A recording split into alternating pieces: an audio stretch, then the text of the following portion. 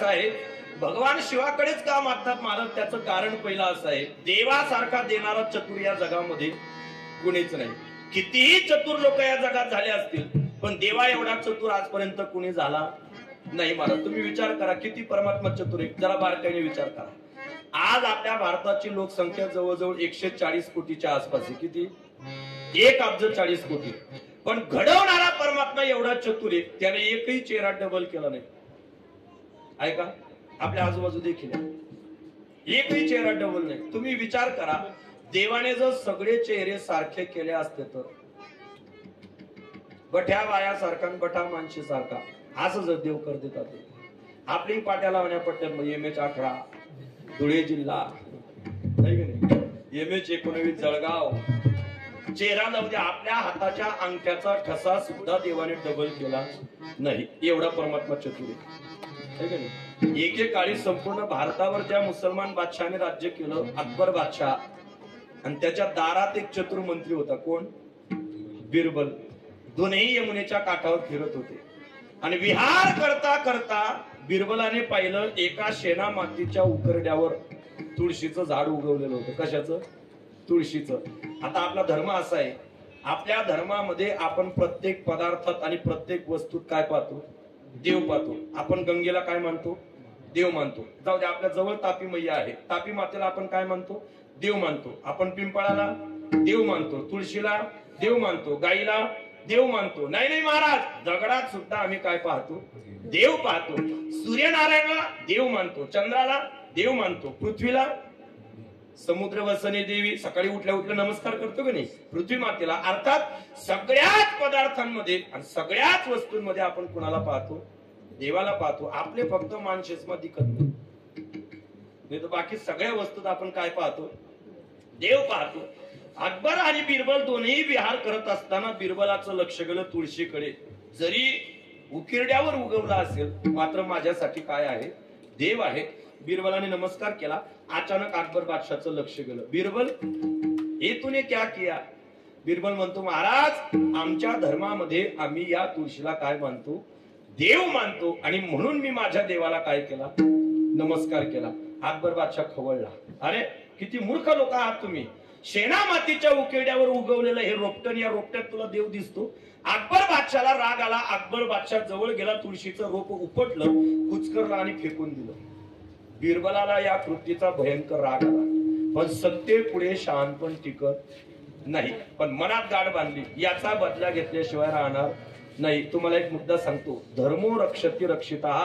आपण जर धर्माचं रक्षण केलं तर धर्म सुद्धा आपलं रक्षण करतो. आणि आपण जर धर्माच्या विरोधात केलो, देव आपला ठकाणाच करस. विठ्ठल विठ्ठल.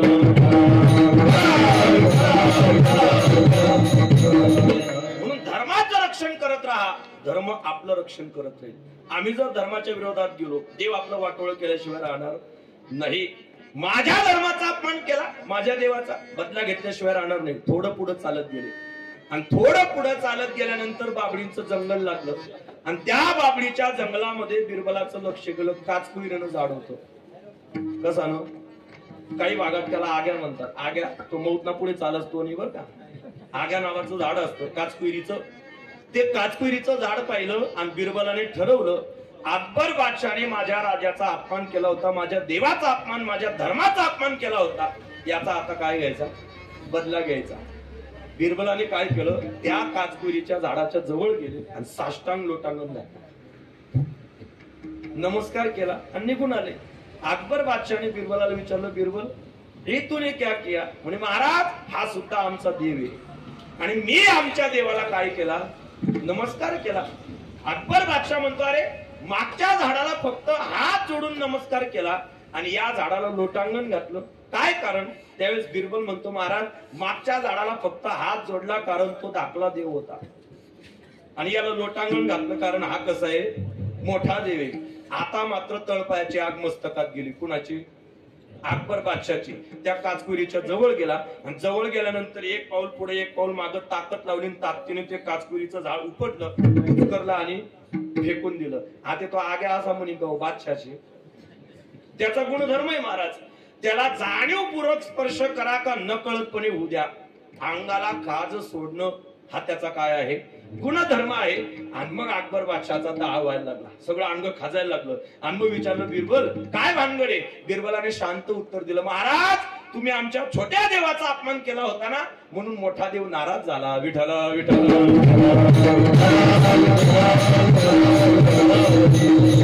का सांगतोय? बारकाईने विचार करा, एवढा चतुर माणूस ज्याने निर्माण केला असेल, तो निर्माण करणारा किती चतुर असेल.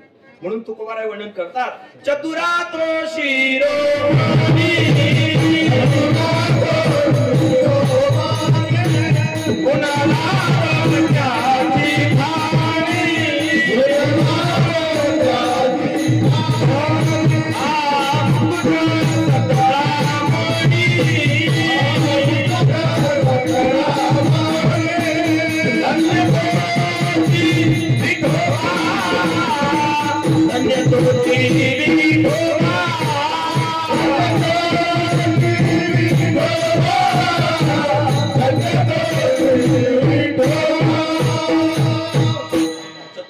शिरोमणी गुणलावण्याचे खाणी. तुकोबाराय वर्णन करतात, देवासारखा चतुर या जगात कुणीच नाही. म्हणून मागायचं असेल तर देवाकडे मागा. दुसरं कारण सांगतोय का देवाकडे मागायचं महाराज? देवासारखा भोळा दाता या जगात कुणीच नाही.